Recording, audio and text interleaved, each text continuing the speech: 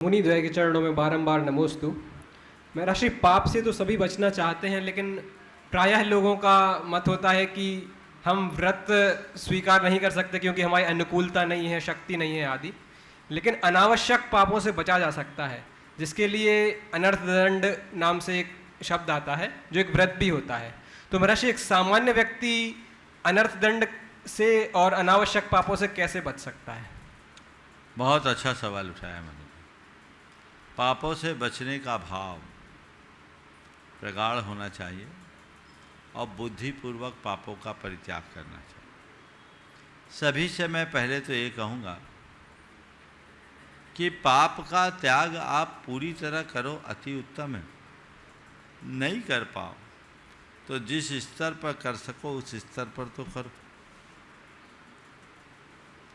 आंशिक रूप से तो त्याग करो। आप पाप के परित्याग किए बिना अपने जीवन को पवित्र नहीं बना सकते। ये बात गांठ में बांध लीजिए। भले आप अनुव्रती बने, पर बने।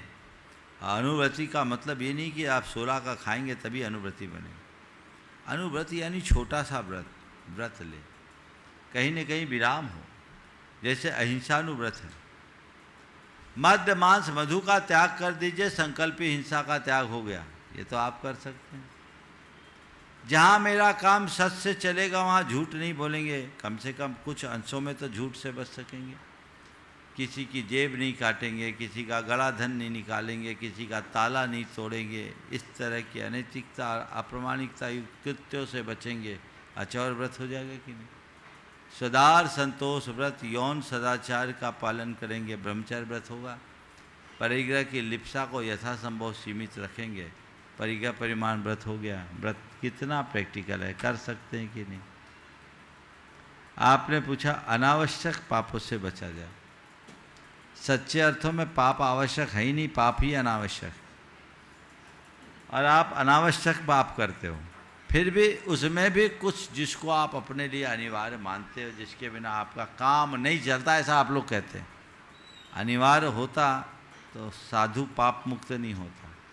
पर चलो मैं थोड़ा नीचे आके बात करता हूँ कि आप जहाँ हो उस स्थान से पाप को, जो गैर जरूरी कार्यों में बिना मतलब का पाप है, उससे तो बच सकते हैं। आप देखिए, कोई आदमी कोई कार्य करे, उसका परिणाम का रस ले और पाप लगे तो कोई बुराई नहीं। चलो कुछ तो किया, करो भी नहीं और भावों से सब कुछ कर लो, अनावश्यक पाप। आप सुबह से उठो, आप ब्रश करते हैं, आपको पता है ये जो प्रोडक्ट मैं यूज कर रहा हूँ कैसा है? आपको पता है कि इसमें अगर हड्डी का चूरा है तो आपके मांस त्याग का नियम खंडित हो रहा है कि नहीं? आप उसका अल्टरनेट देख सकते कि नहीं? आप साबुन लगा रहे हैं, बिना साबुन के नहीं रह सकते। चलिए, पर इसमें कोई पशु उत्पाद तो नहीं है, आप पता कर सकते हैं। हाँ, सब चीज़ें लिखी है, लिखा रहता है, सब चीज़ों उसी के रैपर पर लिखा है, सिंबल्स में लिखा रहता है। पता करिए, आप उसे देखते हैं। आप शैम्पू का उपयोग कर रहे हैं, आप देखिए छोटी छोटी सी चीज़ें। आप कपड़े पहन रहे हैं, कहीं सिल्क का कपड़ा तो नहीं है? आप विचार कीजिए। अपने खान पान आचार विचार में जिनके बिना मेरा काम चल सकता, उनका तो त्याग करिए। ये अनावश्यक त्याग है। प्रवृत्तियों में फास्ट फूड, जंक फूड, डब्बा बंद अन्य प्रभाव पदार्थ जो हमारे लिए उपयोगी नहीं है, जिनके बिना भी हम अच्छे से जी सकते हैं, उनका त्याग करिए। तो ये आपके जीवन के कल्याण का एक बड़ा निमित्त बनेगा। आप अपने जीवन को आगे बढ़ा सकोगे। इसी के साथ साथ विचारों से। आप लोग टीवी देखते हो, क्या देख रहे हो?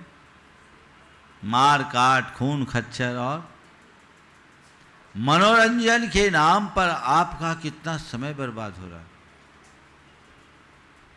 है। पाप का बंध हो रहा है कि नहीं हो रहा है? शास्त्रों में इसे दुष्श्रुति कहा है। जो हमारे चित्त को कलुषित करे, हमारे परिणाम को बिगाड़े, वह सब दुष्श्रुति है। इससे बचे। अनडन में आप फालतू पंखा चला रहे हैं, अनावश्यक है। फालतू लाइट जला रहे हैं, अनावश्यक है। फालतू बिजली जला रहे हैं, अनावश्यक है। 2 आदमी को खाना है, 20 आदमी का खाना बना रहे हैं, अनावश्यक है। विचार और विवेक के अभाव में की गई क्रियाएं अनर्थकारी होती है। इनसे हमें बचना चाहिए और हर क्रिया के प्रयोजन को सामने रख कर के ही चलना चाहिए। तभी हम अपने जीवन को आगे बढ़ा पाएंगे।